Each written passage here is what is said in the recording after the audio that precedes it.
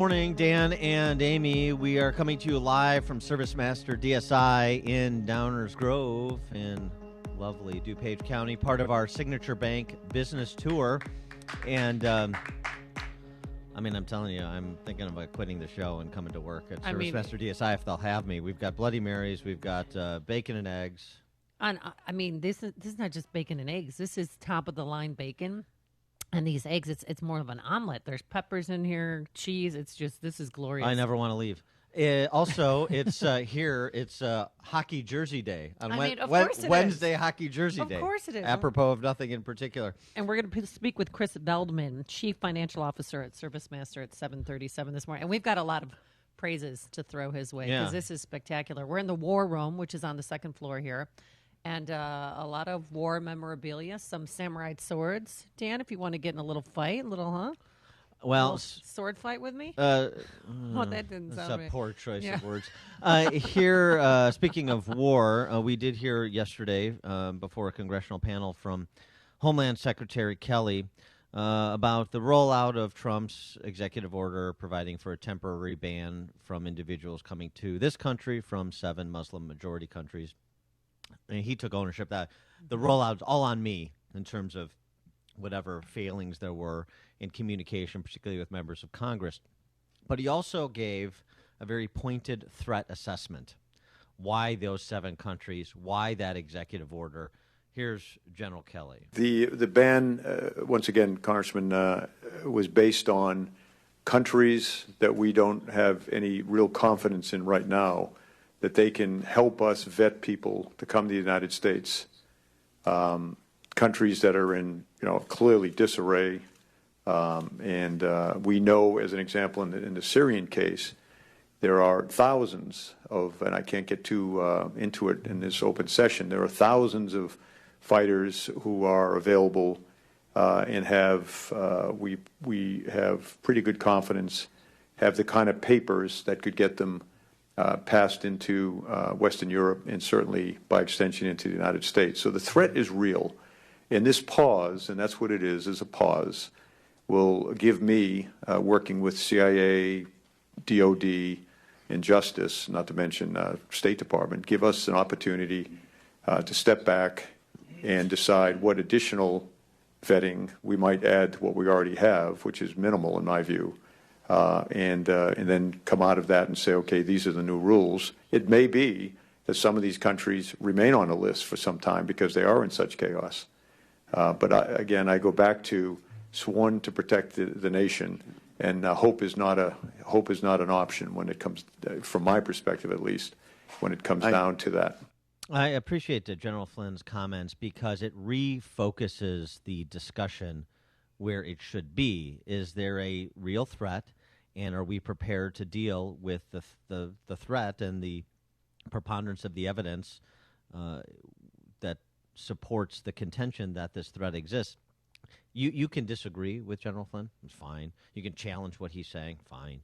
But at least we're focusing where the conversation should be rather than on all of the machinations of the federal courts and who's a so-called judge and who isn't, and the religious test and the Muslim ban and who's tolerant of other people and who is not tolerant of other people.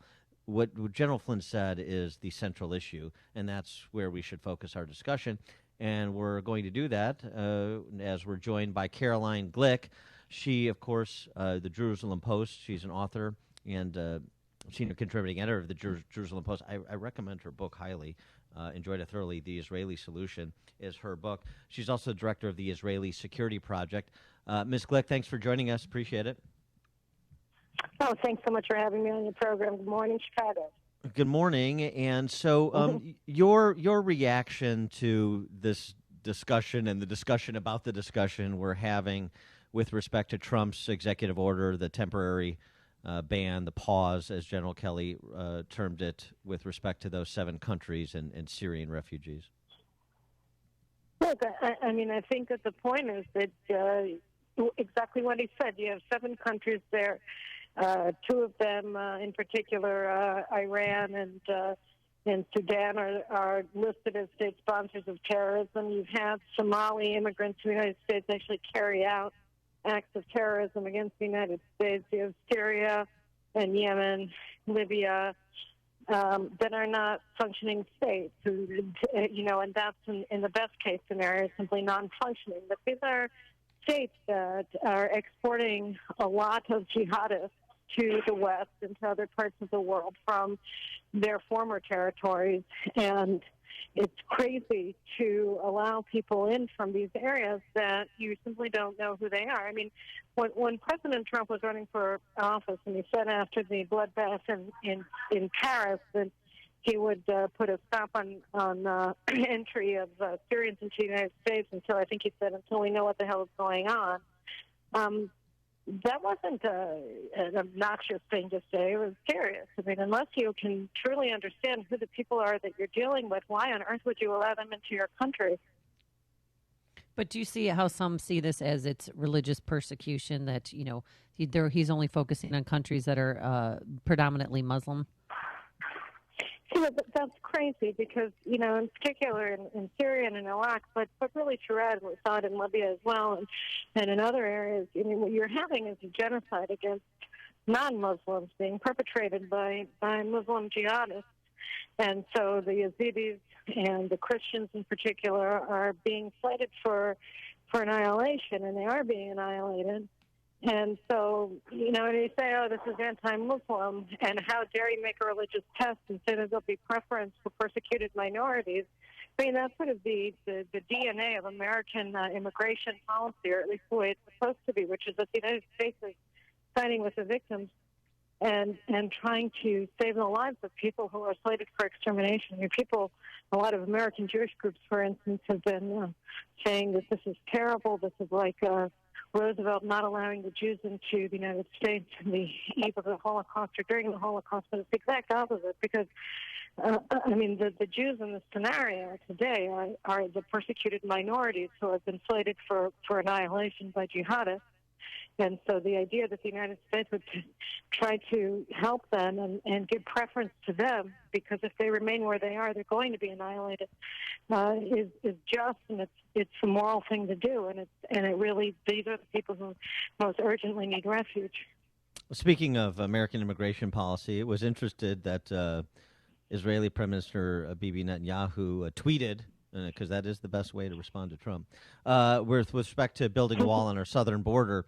Prime Minister Netanyahu tweeted, "I built a wall along Israel's southern border. It stopped all illegal immigration. Great success, great idea," in support of Trump's suggestion of the wall. Give us the details on the wall on Israel's southern border to prevent African illegal immigration through Egypt into Israel. Is that statement accurate? Yes, it is accurate. I mean, during the 2000s, we had this new phenomenon, which was very similar to the immigration flows into Europe from North Africa and the Middle East, which was that we were finding ourselves, much to our amazement, inundated by Muslim illegal aliens from places like Sudan and Eritrea that were crossing through Egypt and crossing the unfenced border between Egypt and Israel, and suddenly setting up communities in places like Tel Aviv and our southern town of border town of Eilat along the Red Sea. And there was a massive increase in crime in these areas, and really very disruptive. And so we obviously don't want to have lose control over your border. And so over the past 5 years or so, Israel has built a very strong fence. Now, these fences, you have to understand, they're not military fences. They're fences that block immigration flows for illegal aliens. They're not something that could, block tanks or something like that. This is specifically for border control to prevent illegals from flooding into your territory. Carolyn Glick, I wanted to ask you about Israelis' opinion on Donald Trump. I mean, at first, President Trump seemed pro-Israeli settlements, and then he did a 180 and a diplomatic policy change, saying that he is now against it. What do people think about him? Do they trust Donald Trump?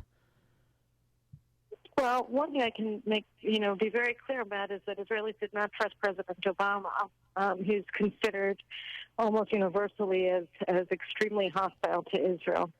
And so President Trump, from the starting gate, is already considered to be a friend of Israel by the majority of Israelis.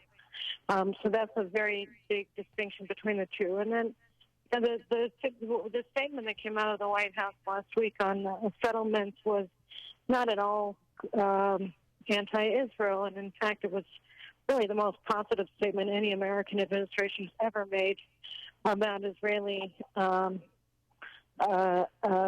communities beyond the 1949 armistice lines.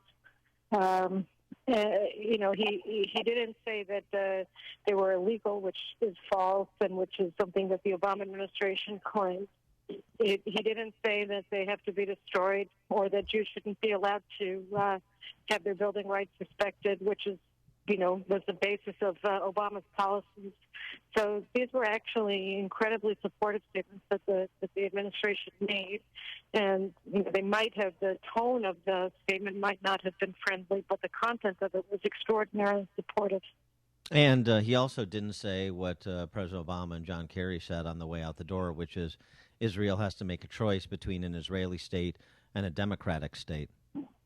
No, which of course is a lie, and it's based completely on false demographic data that was embraced by the United States and published by the PLO as part of sort of a psychological warfare operation against Israel, claiming that if we don't cough up areas that we require for national survival, that we're going to lose our Jewish majority. And it's just not true. If we incorporated the entire West Bank into sovereign Israeli society, we'd still have a two-thirds Jewish majority. So it's simply untrue. But, yeah, they ad nauseum will repeat these false data in order to try to coerce Israel into taking actions that would be suicidal. Well, that said, aren't you surprised that more Jewish Americans aren't Republicans because they seem to lean more Democratic?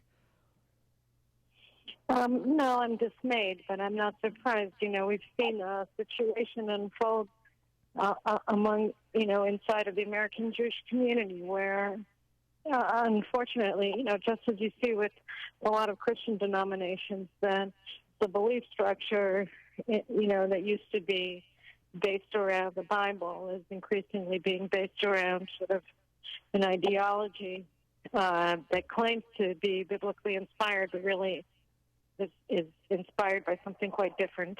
And so, they use the terminology of Judaism to a certain degree in order to advance positions that are not in line with the interests of Jewish survival. And she is Carolyn Glick. She's author of the book, The Israeli Project. The Israeli Solution. She's the director of the Israel Security Project, and she's also a contributing editor for the Jerusalem Post. Caroline Glick, thanks so much for joining us. Appreciate your time. Thanks so much. It was great talking to you guys today. Have a good day. Bye-bye. And you too. And she joined us on our turnkey.pro answer line.